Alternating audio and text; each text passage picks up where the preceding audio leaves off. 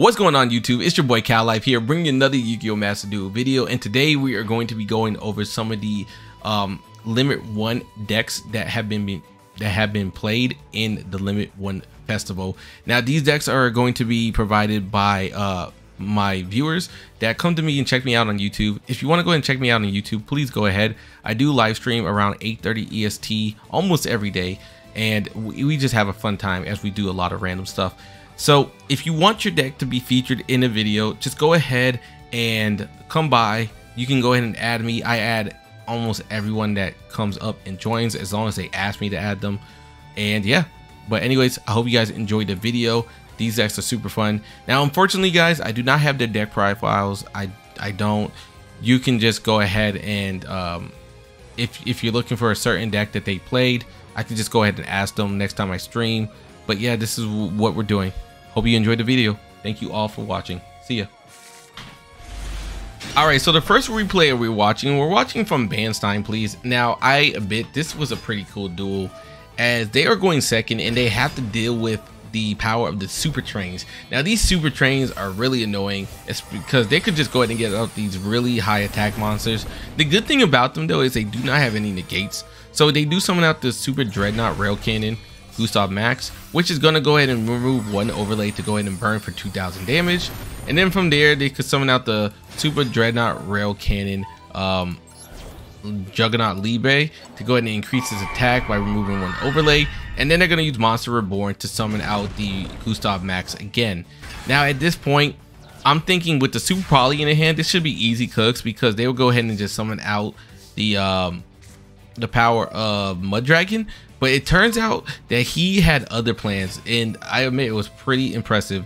So they're going to summon out the Ailist the Invoker from Magical Meltdown, and then use the Despia Theater and chain that with Super Poly by tossing out the Imperm. Now, it's crazy to see Imperm just get tossed out, but I understand why they did it. They have a Scrap Iron Scarecrow who can stop attacks. I probably would have tossed that out myself, but it is what it is.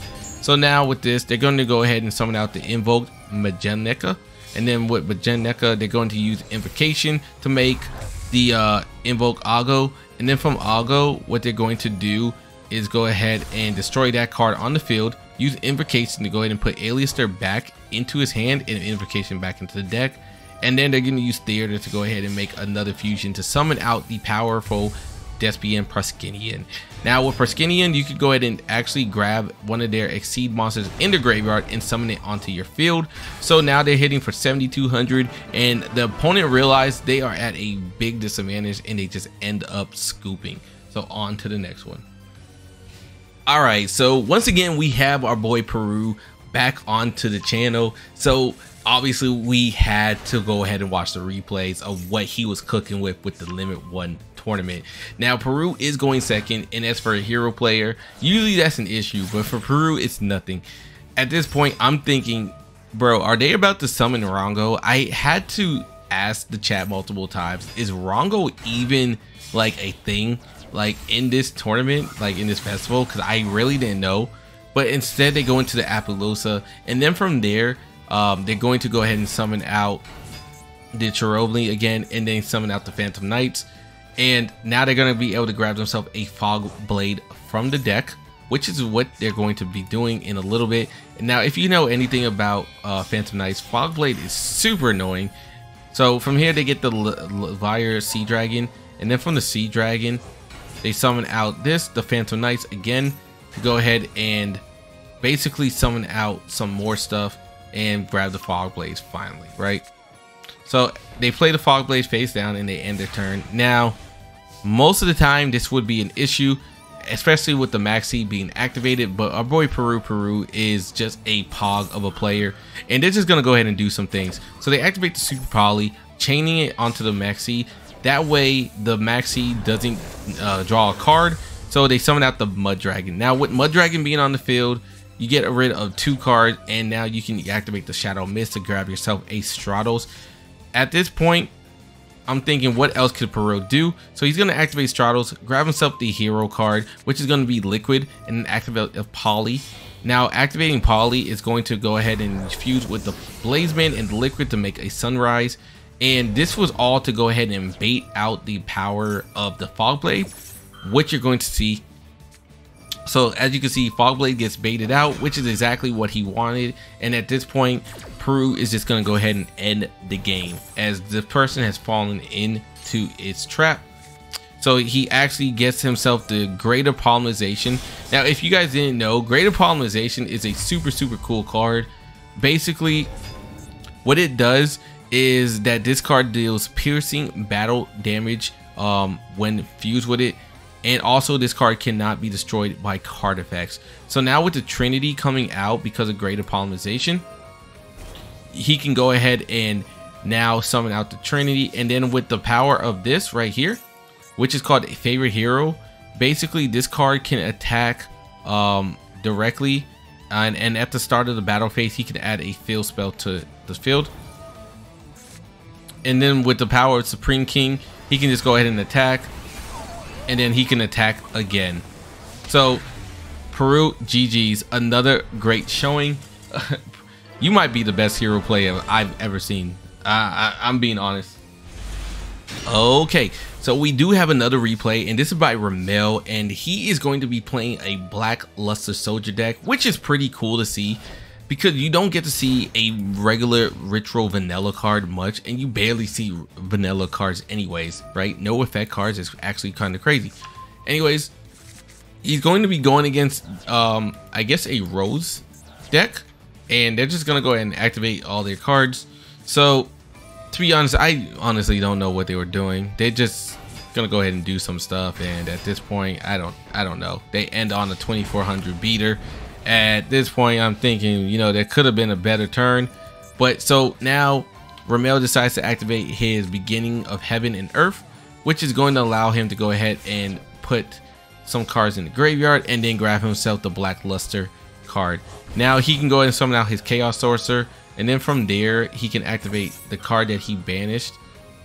So by banishing the Evening, the Twin Knights, he can go ahead and grab himself the Odd Eyes Gravity Dragon. Now I've never even seen this card before, but if you want to know anything about this card, this is basically the Ritual version of Masquerade Blazing Dragon.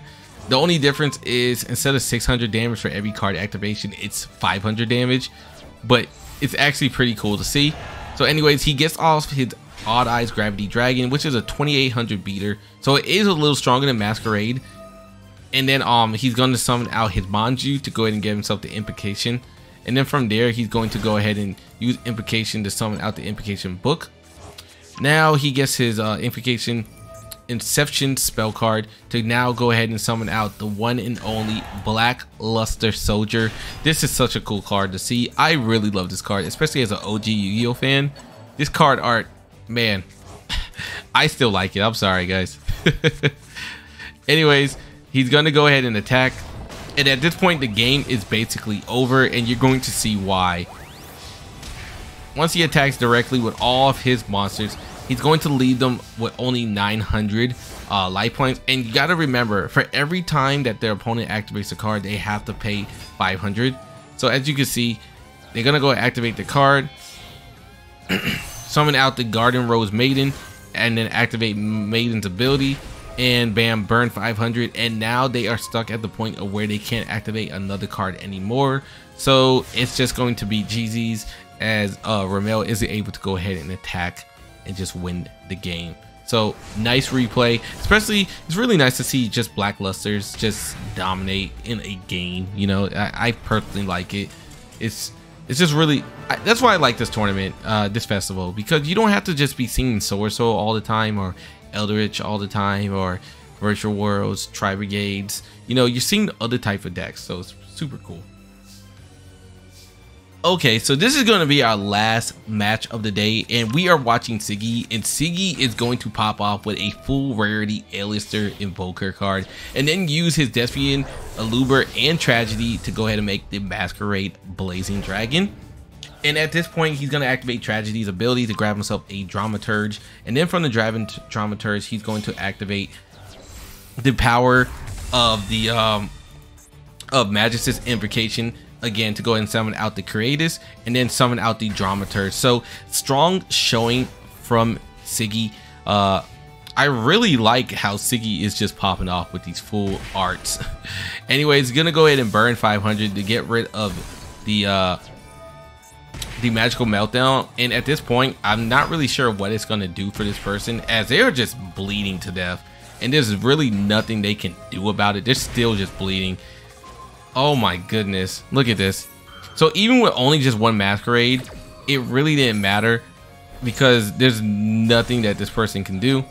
They're gonna use now, his card is gonna get destroyed with Creatus. Creatus ability is gonna activate, and so is Aluber's, which is going to go ahead and negate a card onto the field. But from there, he can also get himself out the Aluber, the Fallen Albez. And at this point, I really don't know what our opponent can do, as now Stiggy's gonna activate Foolish Barrier to get himself a Shadow Hedgehog, and then use it to go ahead and grab himself a Wendy, summon out the Wendy, and it's just going to go ahead and attack. And once he attacks directly, it's just going to be just enough to go ahead and end the game. So another strong showing by Despia. I think Despia is really doing good in this tournament. Same thing with heroes. Despia heroes are just doing really good. So anyways, guys, thank you all for tuning in. Thank you for watching. Unfortunately, I do not have the decks. So yeah, sorry. See ya though.